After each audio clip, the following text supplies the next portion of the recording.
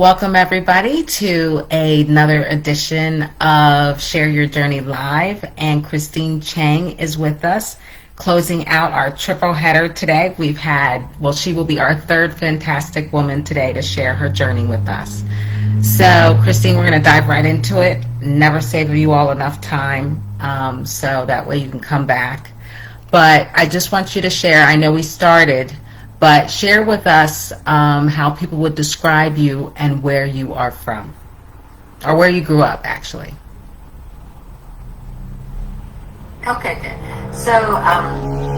I'm Christine, and I'm originally from South Korea. So I'm Korean, but I came to U.S. in 1979. I'm dating myself. 1979, when I was 14 years old.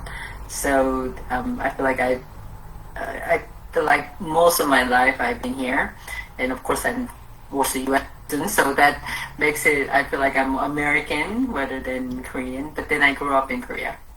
Okay, all right. Well, see, we are in a travel group, so I always like to do that just in case it inspires somebody to visit where you grew up. So that's my motivation behind that question. Oh, they definitely have to go to Korea.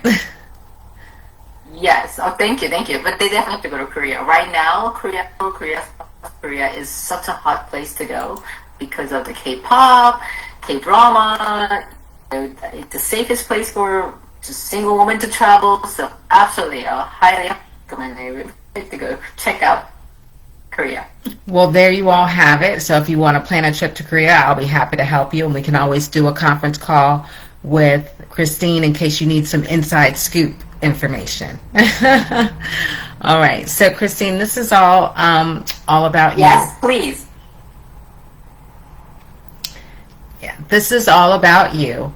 And again, the reason why I had asked you to come on is because I do believe that your journey could inspire someone else to start their journey, whatever it may be, a business venture or just if they're feeling stuck. So what I really wanted to know is what path or what started your journey to get you to where you are now, doing what you do every day. Well, thank you for asking. So as you just mentioned, so I'm from South Korea. I came when I was 14 years old in 1979. So can you even imagine?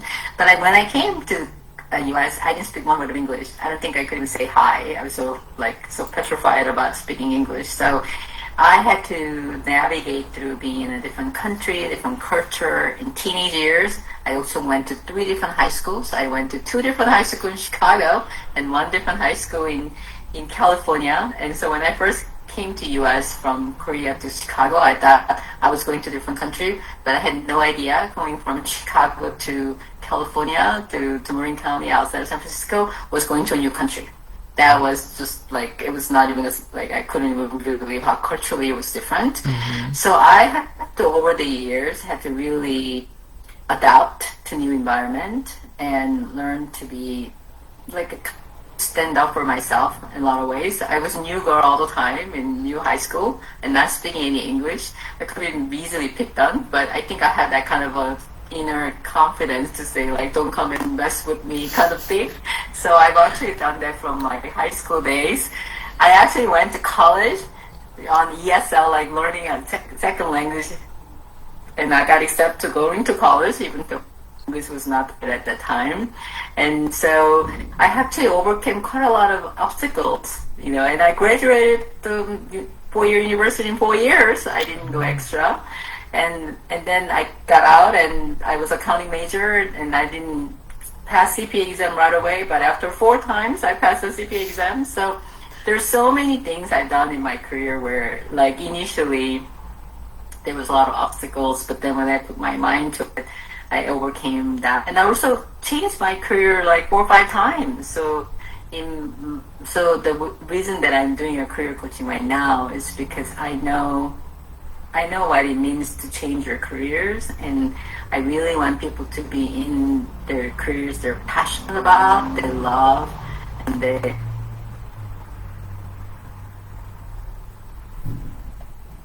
if you're not doing any of those things, and then your life is getting wasted. So I really, and I've actually changed my career to be much more passionate, where it's more purposeful, much more impactful, right? So I really believe that. And then it's never too late. Just because you're in your, I'm crying in 40s, think it's too late, but please, 40, 50, 60s, even 70s, there's never too late. No, it isn't. Was there a particular, well, because obviously you were faced with so many adversities and coming to a different country, and then Chicago and California, that's just already worlds apart in itself, and that's in the U.S. But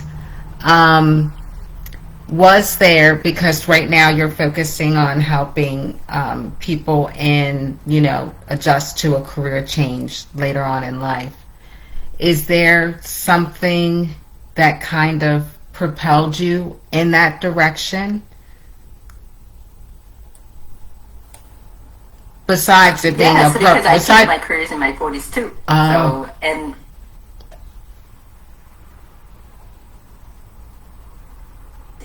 also I kind of evolved quite a bit, throughout that time. And so, because being an Asian, like Korean, your parents always want you to be doctor, lawyers, accountants. So I didn't really, so that's why my undergrad major was accounting, and I had my CPA background, but that was not something I was passionate about. I did really well in it, and I used to joke around and say that if I didn't do very well, I would have been fired, but obviously I was able to do it. I definitely had that skill set, but it was not something that I woke up in the morning saying, really want to go and be accounting as CPA. That just was not what I was passionate about. So I switched my career to be a recruiter, which I really loved, and woke up in the morning and went to work, placing people in the positions that they loved, and help companies find the right kind of candidate. It was just, I almost even felt like it was not a job. And then that also evolved. So there's so many evolved things that I've done, and that's one of the reasons why I feel like I can help people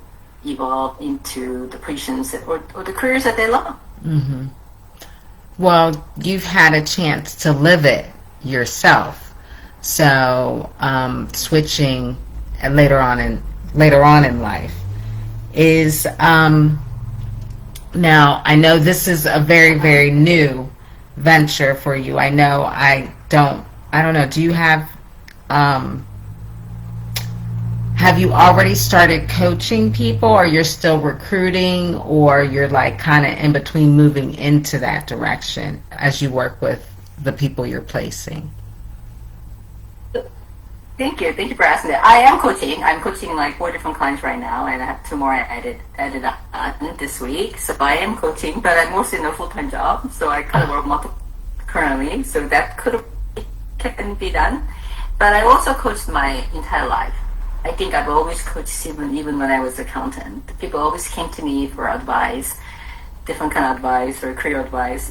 Especially when I was a recruiter, I was coaching people all the time about their careers and how they can get a job or evolve and reset and so forth. My one story that I really still dear to my heart, I had a candidate came to me, and she was working as her husband's accountant for a long time, but they went through divorce, and she now had to look for another job. And she goes, I don't know who's going to hire me. I work for my husband. And I'm like, wow, you have a skill set. So I reinvented her career. She had CPA. She was she just was so shining after that. So I love helping people with strategy and hope, and it can be done kind of thing. So I can be their biggest cheerleader, because it can be done.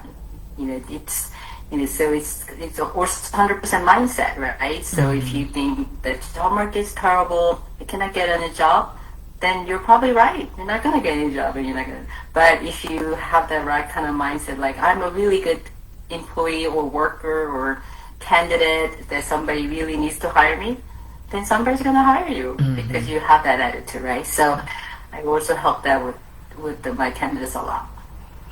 I know, that's fantastic. As you were sharing, I said, I think you just naturally coach, because I mean, we know each other, from another platform, but even just the other day, you suggested something. Well, Stace, maybe it just wasn't in the universe, and maybe you have to listen to that.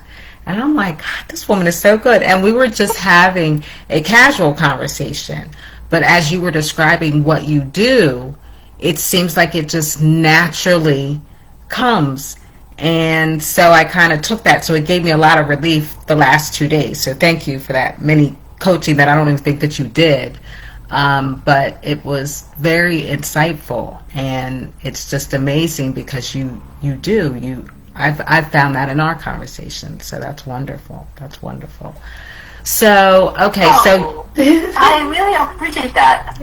yeah, I thought I'd share that with you. But so I'm later on, and I'm not a young buck right out of college, and I took 5 years to get my degree. So kudos to you. Kudos to you. But good job, you got it anyway. I know. Doesn't matter. The degree's on the wall. Oh, I forgot to tell you, the reason I had to get in 4 years, so it was because my parents would have killed me if I didn't get it in 4 years. They might have said, "You only have 4 years. That's the only thing we're paying for you." So I have. Oh, let's go. Yeah, you're like, time's a ticking. I'm not trying to pay it for that extra year. So there you go. Exactly. It's hilarious.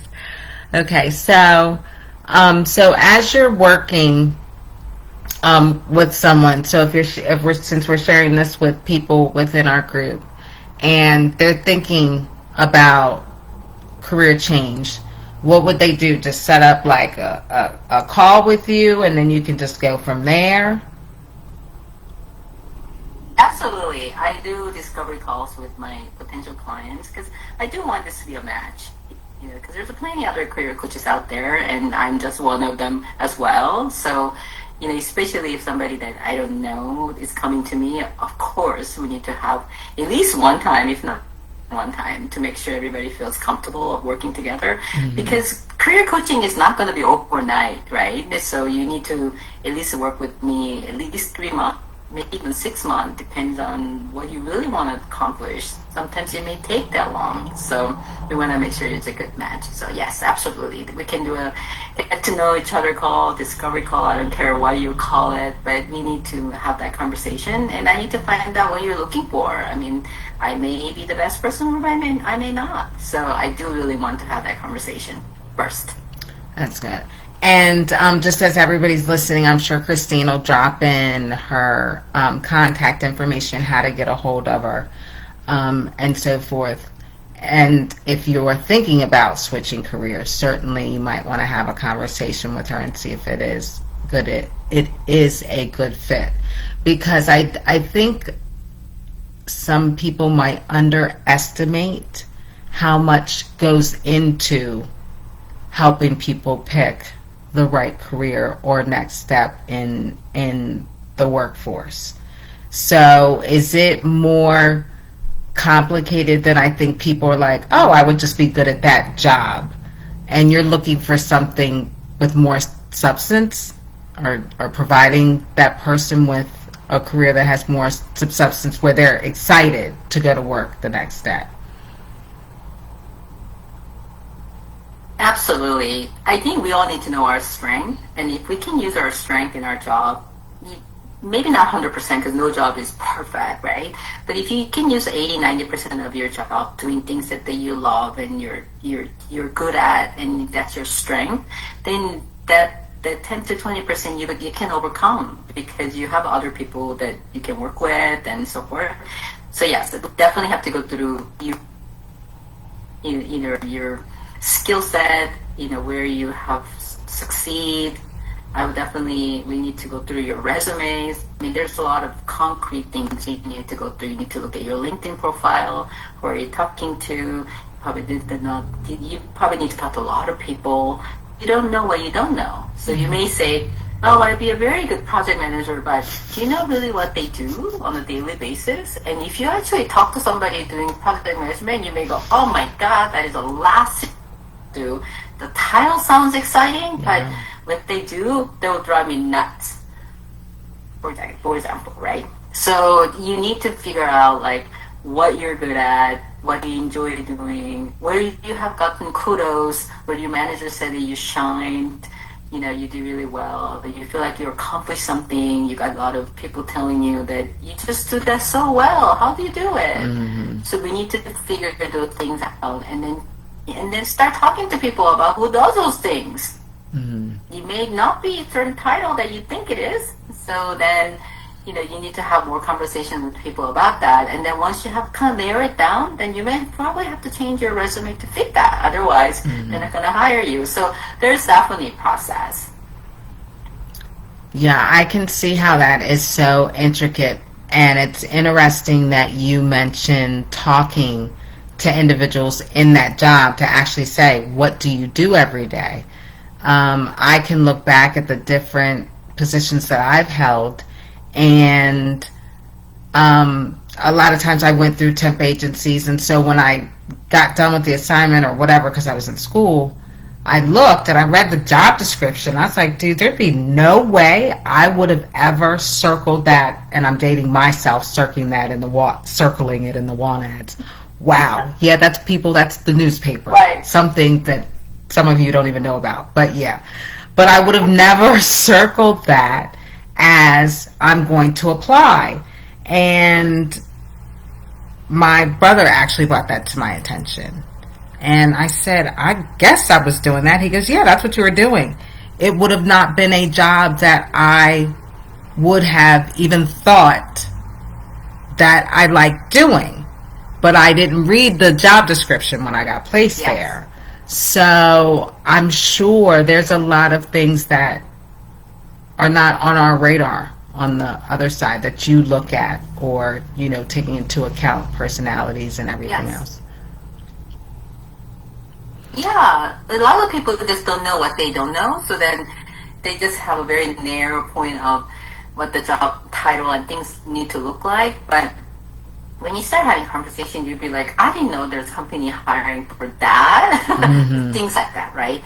And so, or they're just not a job description. Sometimes I even help people create their own jobs because they were so good at XYZ, but the company didn't know they needed XYZ. So they're like, oh, you're a perfect person for that. So that is one of those things when you can be really control your own careers rather than just thinking that you just applied to something that's the best fit for you. Mm-hmm. You may not, or you may not. Yeah, that is true. I can see that. Wow. So wow, I'm excited, even though I'm doing what I'm doing. I'm like, what else? I mean, because you don't realize, like you say, you don't know what you don't know, how valuable this could have been. Your services could have been, even in my walk of life, I could have not spent so many years bouncing around from this to that to this and that, and could have been in the career or job that I've always meant to be, where I can get up and can't wait to go to work the next day. So this is definitely I think there's nothing. Yes, that's what I'm passionate about. I really want people to have this, just because I feel like if you have a career that you're really like meant to do, you wake up in the morning excited to go, and you are working with people that you love, I think other things in your life can kind of settle down as well. If you have something going on at home or things like that, you have a lot more patience and space to really be able to deal with it. I mean, life is difficult. Like, life can be difficult, and raising kids can be difficult, and dealing with the aging parents can be difficult. But all that, but your job is really miserable, then all those other things just duplicate your mindset so much more, right? But then at least if you have your careers, because we all have to make money and work somewhere, whether for yourself or for a company, right? We all need money to survive.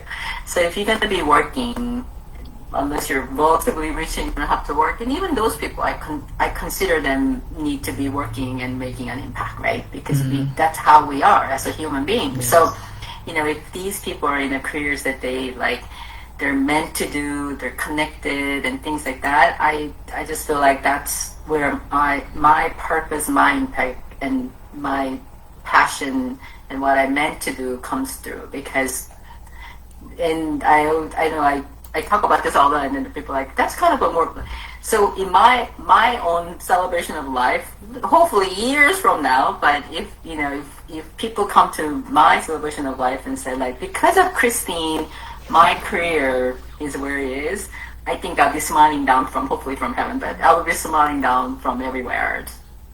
I feel very passionate about people need to do the stuff they need to do, they're meant to do, that they love doing. And it can happen. To really live in their purpose. I mean, we do spend 40 to 40 hours a week at this place, 8 hours a day. So I can see, like, you're looking like, well, it affects more than just the day to day. You've got family, you've got everything else. And if you have that be a happy place, then certainly you have time to, you know, pour into other avenues and maybe not bring the tension or aggravation, because you're not miserable at the end of the day when you come home. So I think that is certainly something we can always, everybody can look forward to. But as we are wrapping this up, because you gave so much information and so much food for thought, which is, I know, going to be a blessing for people in the group.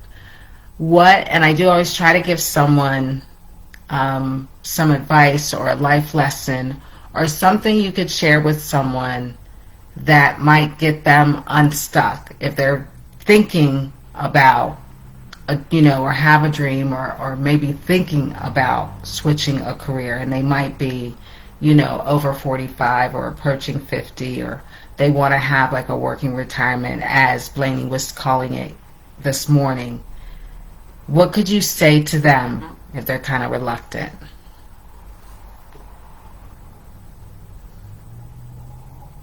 What I want to tell them is that, again, back to my motto, it's never too late.